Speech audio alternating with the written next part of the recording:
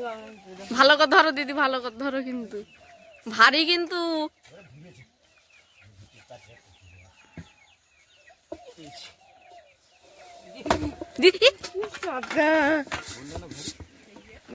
ওই যে ভাই নদীর পাড় থেকে চিংড়ি মাছ এনেছে, সেই চিংড়ি মাছটা কিন্তু ভাই আর মা দুজনে মিলে এখন বাছতে শুরু করে দিয়েছে। যদিও চিংড়ি মাছগুলো খুব পরিষ্কার, তারপরেও যেহেতু নদীর মাছ তো একটা আধা পাতা টাতা আছে, সেগুলো বেছে নেওয়া হচ্ছে।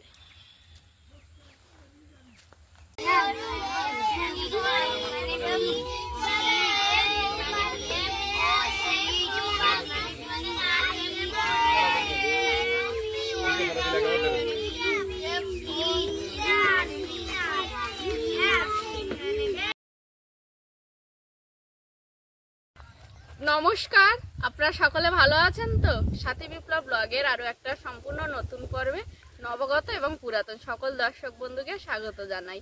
তো আজকের আবারও একটা নতুন ভিডিও, আর সেই সঙ্গে সঙ্গে সকালবেলা একবার সুলাতা দিয়ে এসেছে চাল কুমড়ো নিতে। চাল থেকে চাল কুমড়ো পাড়া হবে, সম্পূর্ণ পর্বটা আপনারা কোথাও স্কিপ না করে দেখতে থাকুন। আশা করব আপনাদের ভালো লাগবে। যারা প্রথমবারের জন্য দেখছেন চ্যানেলটি, যদি আপনাদের ভালো লেগে থাকে একটু সাবস্ক্রাইব করার অনুরোধ রইল। লাইক কমেন্ট করে পাশে থাকবেন, শেয়ার করে নিজের বন্ধুদের মধ্যে ছড়িয়ে দিয়ে আমাদের বন্ধু হয়ে যাবেন। ভালো করে ধরো দিদি, ভালো করে ধরো, কিন্তু ভারী কিন্তু।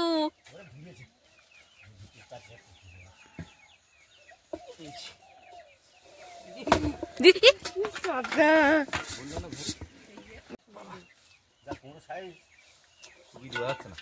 অত বড় জিনিসটা না আরে হচ্ছে না।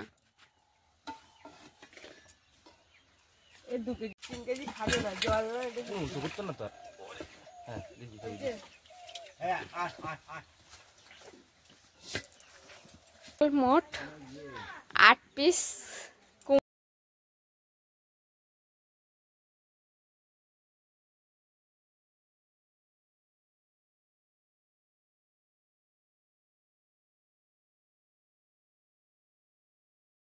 দেবে, তাই ওর কুমড়োর সঙ্গে আমাদের কুমড়োগুলো একেবারে পেড়ে নেওয়া হয়েছে।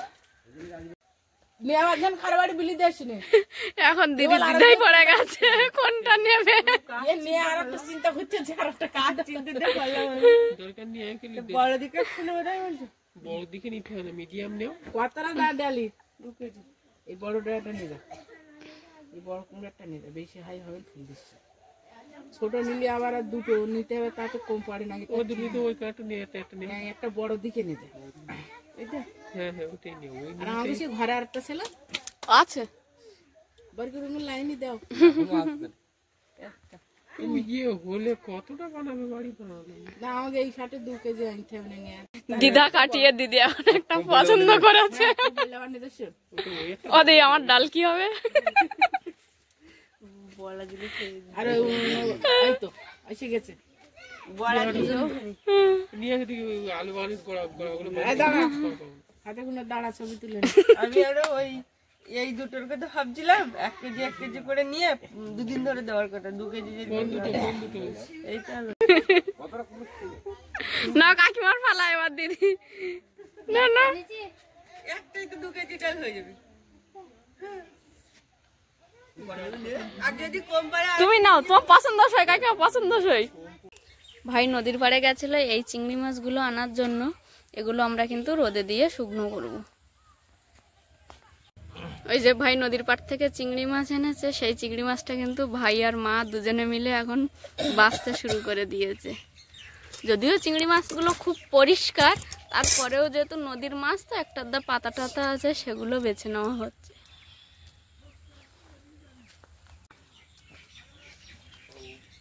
উমা এই মাছ বাছতে বসতে তো ভাত খাবে কখন? বাবু ভাত পরে খাবো, মাছগুলো বেশি নেই। এই তো হয়ে গেছে একদম পরিষ্কার কিন্তু, বলো মা।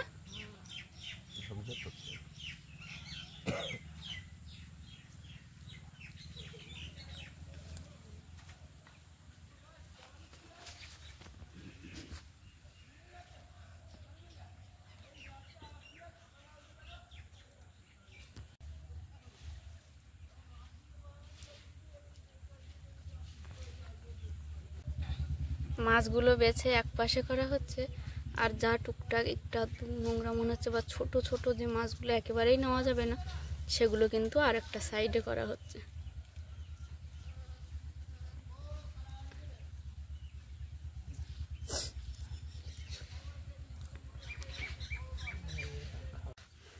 ওদিকে কিছুটা চিংড়ি মাছ খাওয়ার জন্য মা তুলে দিয়েছে, আর এই চিংড়ি মাছগুলো সব কিন্তু শুকনো করা হবে।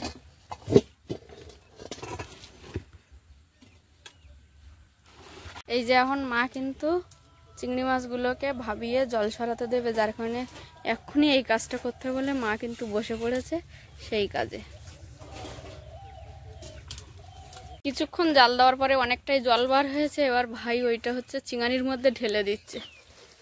জল সরিয়েও মা আবার ভাবাতে হবে, এবার জল সরবে তাই তো? আচ্ছা,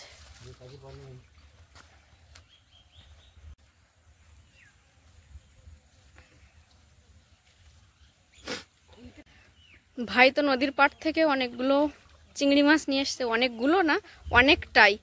আবার ফের মাসি মানে দীপকদার মাও কিছুটা এনে দিয়েছে, সেটাও মা ধুয়ে নিচ্ছে। এই যে মাসি আবার মাছ দিয়েছে, তার থেকে মা সাদা মাছগুলো বেছে নিচ্ছে আর চিংড়ি মাছগুলোকে আলাদা করে রাখছে। মা আর আমি দুজনে মিলে এসেছি ছাদে সেই ভাবানো চিংড়ি মাছগুলোকে রোদে দিতে। আর মায়ের ওই পাশটায় ওদিকে হলুদ রোদে দেওয়া আছে, চিংড়ি মাছগুলো ভাই ওপরে তুলে দিয়ে ও আরও একটা কাজে চলে গেছে। মাছগুলো মা ছড়িয়ে দিচ্ছে। আর তুমি যা ছড়িয়ে দিচ্ছ মা, হাতার কাজ আর লাগবে কাজে?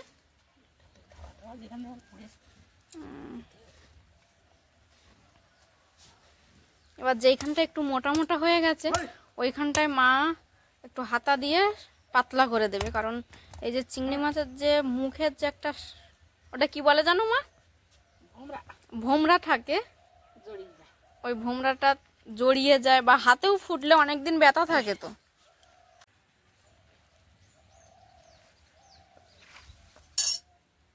আর এই যে একদম কিন্তু পাতলা করে রোদ দিচ্ছে না, পাতলা করে দিলে তাড়াতাড়ি শুকিয়ে যাবে। এক রোদেই মোটামুটি একেবারে যেটা তুমি চাইছো ফিনিশিং সেটা হতে পারে, তাই তো?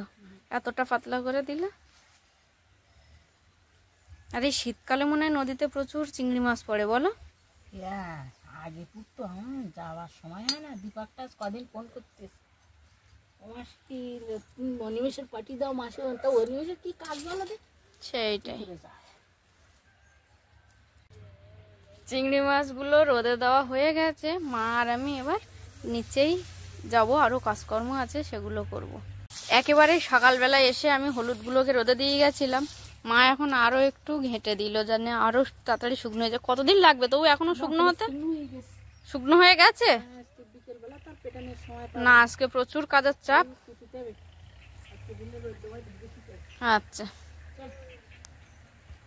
ভাই নদীর পাড় থেকে যে চিংড়ি মাছগুলো নিয়ে এসছে তার মধ্যে এই সাদা মাছগুলো ছিল, এগুলো আমরা বেছে রেখে দিয়েছি, দুপুরে রান্না বান্না করব। আর অল্প কিছু চিংড়ি মাছও রেখে দিয়েছি সাথে। এখন ভাই আমি বাবা তিনজনে যাব মাঠে ধান তুলতে, অল্প কিছু ধান বাকি আছে সেগুলো তুলে নেবো। আর আমি এই যে ভাইয়ের থেকে এই চশমাটা চেয়ে নিয়েছি, যখন ভাইয়ের মাথায় বোঝা তুলে দিই তখন ওই যে নাড়ার যে কুটিগুলো চোখের মধ্যে এসে পড়ে, তো যাতে চোখে না আসে তাই কিন্তু এই চশমাটাও নিয়ে নিয়েছি। আজকের মাঠে যাব নতুন সাজে সেজে।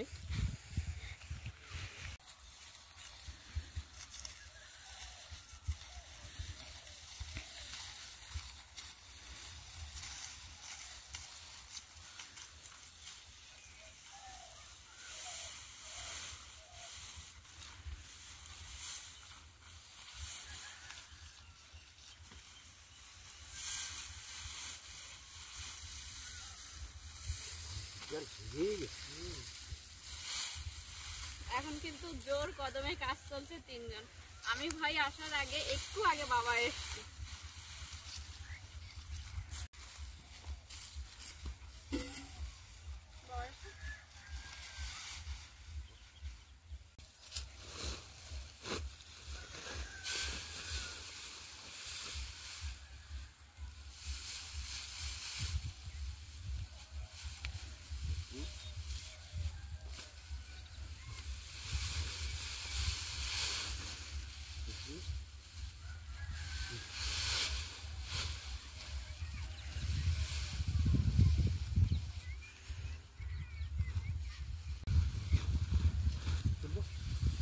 না ধরাও ধরেছি।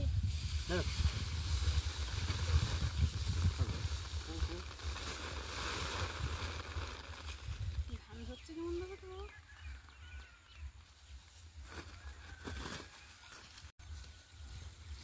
ভাইয়ের মাথায় একটা বোঝা তুলে দিয়েছি, ভাই এখন বাড়ির দিকে নিয়ে যাচ্ছে যেখানে ধান রাখা হচ্ছে সেখানে, আর বাবা আর আমি এই চটটাকে তুলে আরো একটা বোঝা সাজানোর জন্য রেডি করবো।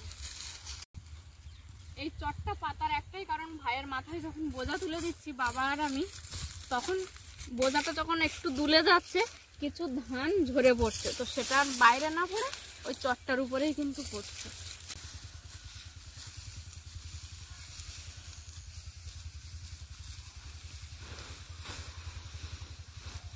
ঠিক আছে,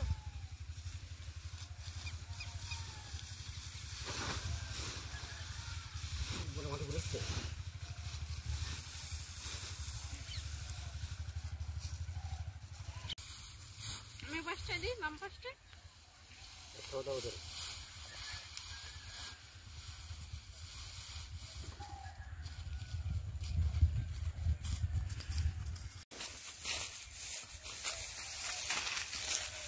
আমরা যখন এদিকে ধানের বিচুলিগুলো তুলে বোঝা ভাজছি তখন কিন্তু আমাদের পাশ থেকে একটা খিয়ে পাখি ঘুরতে পারে।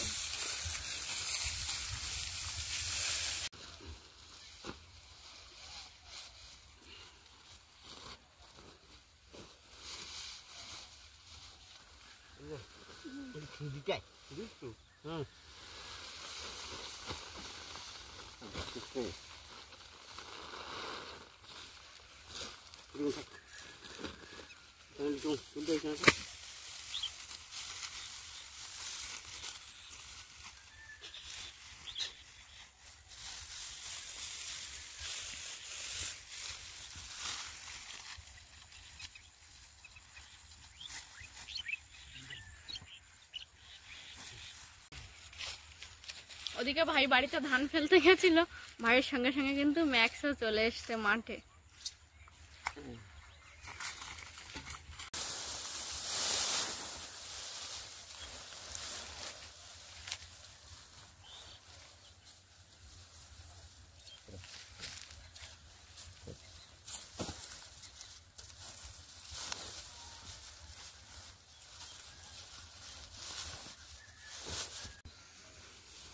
এটা ঠিক আছে, আগের দুটো বড় বড় হয়ে গেল।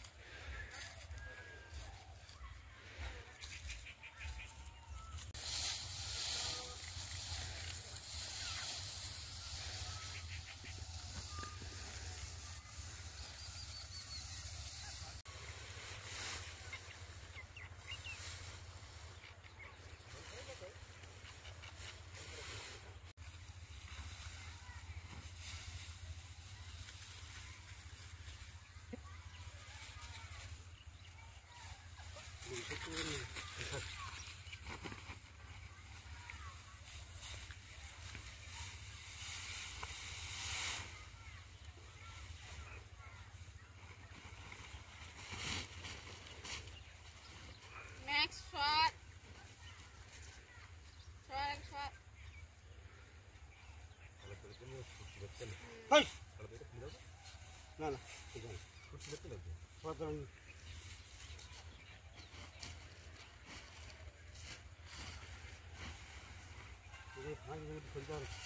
কাগজ কাগজ কাজ করে করবেন ঠিক আছে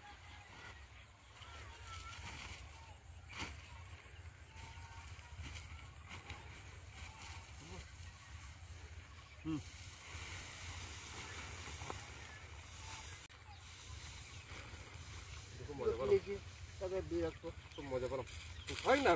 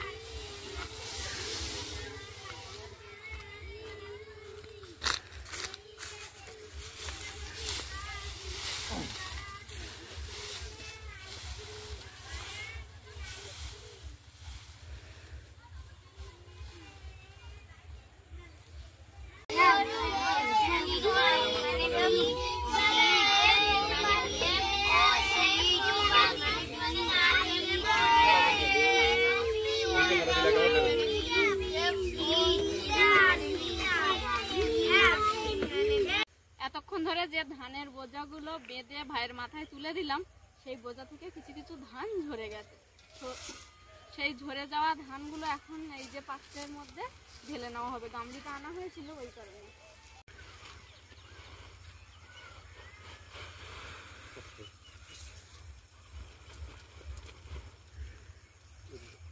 এদিকে আসবে। ধানগুলো ঝেড়ে দিয়েছি, দিয়ে এবার চটটাকে আবারও কিন্তু বিছিয়ে নেব। বান্ধব বান্ধব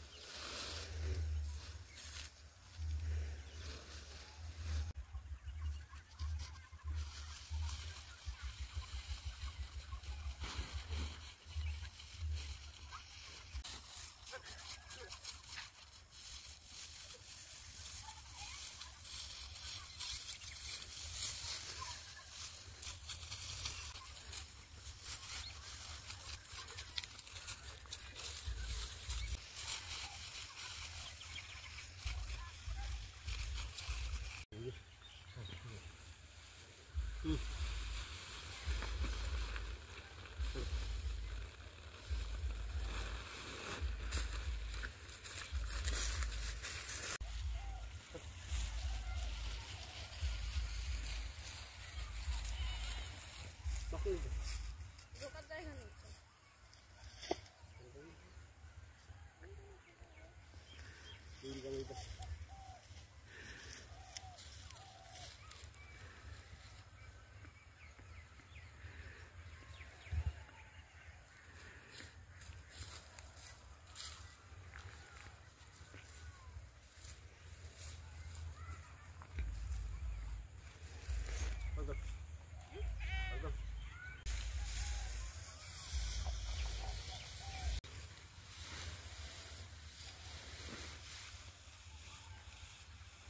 আমাদের আজ ধান তোলা শেষ হয়ে যাবে। একবারে কি ছাগল নিয়ে চলে যাবো নাকি বাড়ি? এই বোধহয় হয়ে যাবে। না, পরেরটা এই বোঝাই হয়ে যাবে না? আর একটা বোঝাই তো হয়ে যাবে।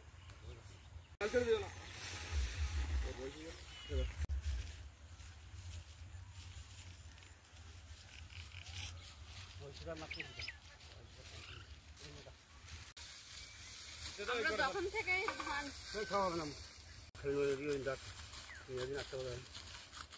আমরা যখন থেকে ধান তুলতে আসছি, এই ফিয়াটা কিন্তু তখন থেকেই আমাদের চারিপাশে করে ঘুরছে। এই যে বোঝাটা সাজাবো, এই বোঝাটাই হচ্ছে লাস্ট। মানে এবছরের মতো মাঠ থেকে ধান তোলা কমপ্লিট হয়ে গেছে, কিন্তু ধানের কাজ কিন্তু এখানেই শেষ নয়। এখনো ধানগুলোকে ঝাড়াই করতে হবে।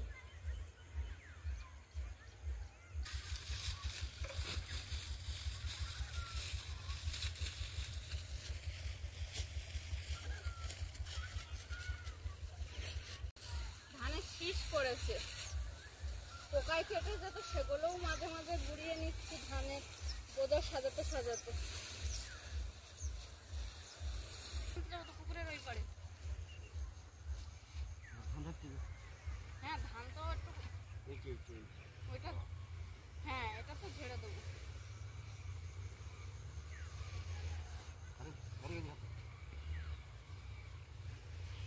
এরকম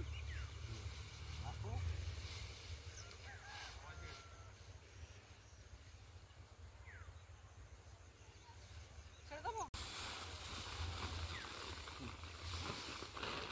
ভাই নিয়ে যাচ্ছে একেবারে লাস্ট বোঝা, একটু ছোট হয়েছে। এবার বাবা আর আমি এই প্লাস্টিক থেকে ধানগুলোকে ভালো করে ঝেড়ে নিয়ে ওই গামলিটার মধ্যে রেখে দেবো। বাবা তুমি এই দুটো জিনিস নিয়ে যেতে পারবে তো? ওইদিকে একটা কোনা ছাড়িয়ে গেছে প্লাস্টিকের কোনা।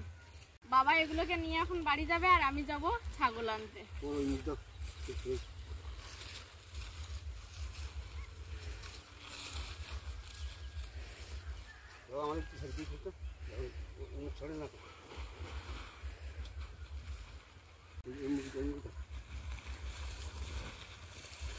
প্লাস্টিকটার কাজ আজকের মতো সমাপ্ত হয়েছে। একে আবার বেশ ভালোভাবে গুছিয়ে রাখা হবে পুনরায় কোনো কাজে ব্যবহারের জন্য।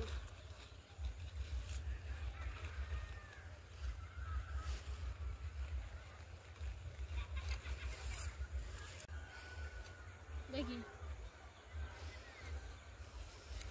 ধান তোলার সময় ভাইয়ের চশমাটা আমি চোখে পরেছিলাম আমার সেফটির জন্য, যে যেন ধানের কুটিগুলো চোখে না পড়ে। তো আপনারাই কমেন্ট করবেন ভাইয়ের চশমাটা পরে আমার কেমন লাগছিল। যদি আপনারা ভালো বলেন তাহলে ভাইয়ের সঙ্গে কথা বলে কিন্তু চশমাটা আমি নিয়ে নেবো ভাইয়ের থেকে। এই যে আমার হাতে এখন মুগুর আছে, মুগুর দিয়ে খোঁড়াটাকে একবার এপারে আর একবার ওপারে মেরে নেব। হচ্ছে না,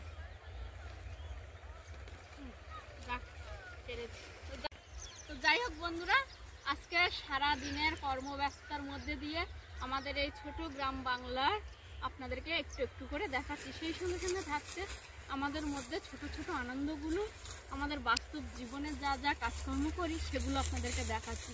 তো এতক্ষণ ধৈর্য ধরে দেখার জন্য আপনাদেরকে অনেক অনেক ধন্যবাদ। দেখা হচ্ছে নতুন কোনো একটা ভিডিওতে। ততক্ষণের জন্য আপনারা ভালো থাকবেন, সুস্থ থাকবেন, নিজেদের সকলের প্রতি খেয়াল রাখবেন। আমার সকল বয়োজ্যেষ্ঠদেরকে জানাই অনেক অনেক প্রণাম, সমবয়সীদেরকে জানাই ভালোবাসা, ছোটদেরকে জানাই আদর ও স্নেহ। সবশেষে আমি যেটা বলে থাকি, সাথী বিপ্লব ব্লগের সঙ্গে সদা সর্বদা জুড়ে থাকবেন। বাবা মুগুর আছে হাতে। নমস্কার।